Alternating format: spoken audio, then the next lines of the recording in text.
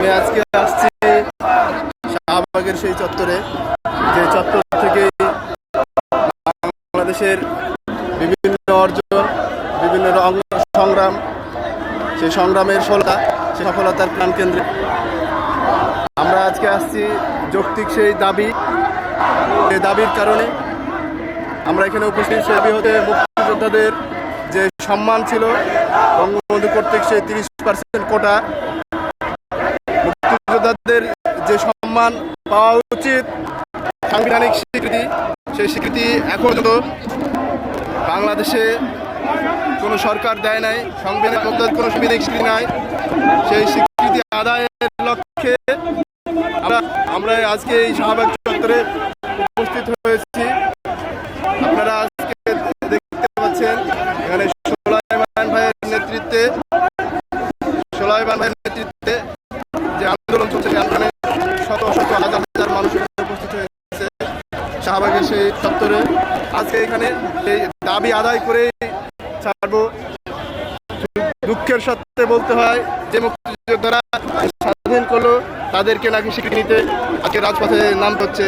আপনাদের দুঃখ ভারাক্রান্ত, তারা দেশকে স্বাধীন করলো তাদের স্বীকৃতির জন্য, এবং যে স্বীকৃতি দেওয়া ছিল বঙ্গবন্ধুর স্বীকৃতি স্বরূপ 32% কোটা, 30% কোটা, 30% যে কোটা দিয়েছিল, সেটাকেও আজকে 72 সালে সেই 30% কোটা আজকে গোলনিত করে, পদদলিত করে প্রথম এবং দ্বিতীয় চাকরিতে, প্রথম ও দ্বিতীয় শ্রেণীতে, যেখানে হচ্ছে বাংলাদেশকে পরিচালনা করা জন্য যে যোগ্য নেতৃত্ব, যে যোগ্য কর্মচারী তৈরি হয়, সেই কর্মচারীর জায়গা থেকে বাংলাদেশে ঝাড়ুদার করা যায়, কিভাবে মুক্তিযোদ্ধাদের পরিবারকে নিষ্পেষিত করে রাখা যায়, সেই জায়গা থেকে কোটা রেখে বাকি কোটাকে উইথড্র করা হয়েছে। এটা প্রশাসনের ষড়যন্ত্র, এবং যে আমলাতন্ত্র আছে, আমলাতন্ত্রদের একেবারে অত্যন্ত সুনিপুণ চাতুরতায় সেই কোটা বাতিল হয়েছে।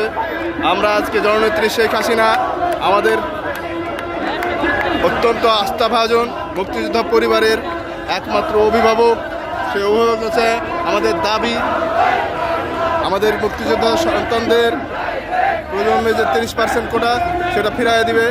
এবং আজকে যে শাহবাগে গণজাগরণ সৃষ্টি হয়েছে, সেই গণজাগরণ থেকে আমরা মনে করি সেই দাবির পক্ষে জোরালো আবেদন জানিয়ে আমরা সেই কোটা ফেরত পাবো।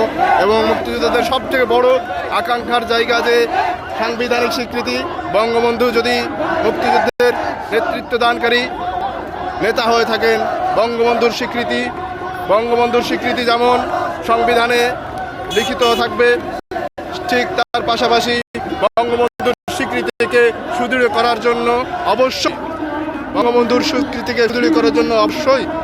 মুক্তিযোদ্ধাদের এবং তার শক্তি মুক্তিযোদ্ধাদের অবশ্যই আজকে স্বীকৃতি থাকতে হবে, সাংবিধানিক স্বীকৃতি। জয় বাংলা।